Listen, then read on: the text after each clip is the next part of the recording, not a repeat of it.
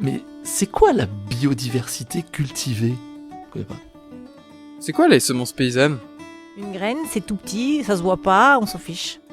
Les variétés anciennes, ça produit pas. L'intérêt que je trouve à utiliser des semences paysannes, c'est que je peux les produire moi-même sur ma ferme et faire en sorte que mes légumes soient adaptés à mon terroir ensuite. Les blés anciens, ça verse tout le temps, c'est plein de caries et ça fait pas de rendement. Je vois pas en quoi une semence paysanne ce serait moins productif qu'un hybride. Vous avez déjà entendu ce genre de choses et vous ne savez pas ce qui est vrai dans tout ça ? Vous vous intéressez aux semences paysannes, mais ça vous paraît un sujet vaste et complexe ?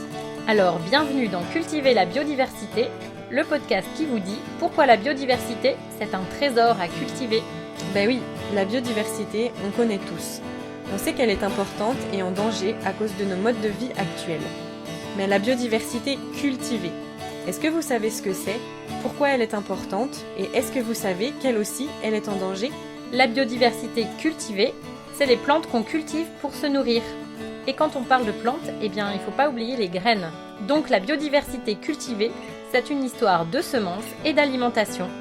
Et même si aujourd'hui, on peut avoir l'impression que notre alimentation est très diversifiée, en fait, elle est basée sur un très petit nombre d'espèces. Et elles-mêmes n'ont plus beaucoup de diversité génétique.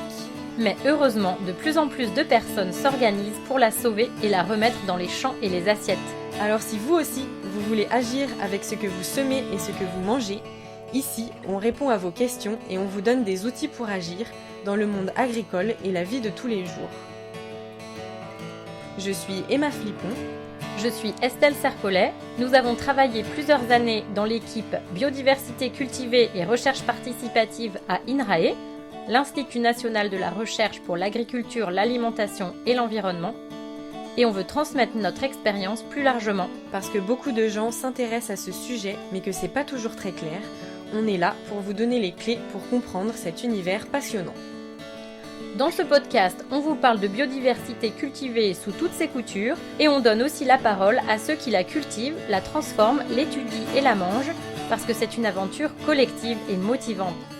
Alors, à bientôt dans Cultiver la biodiversité. Retrouvez-nous sur votre plateforme de podcast préférée.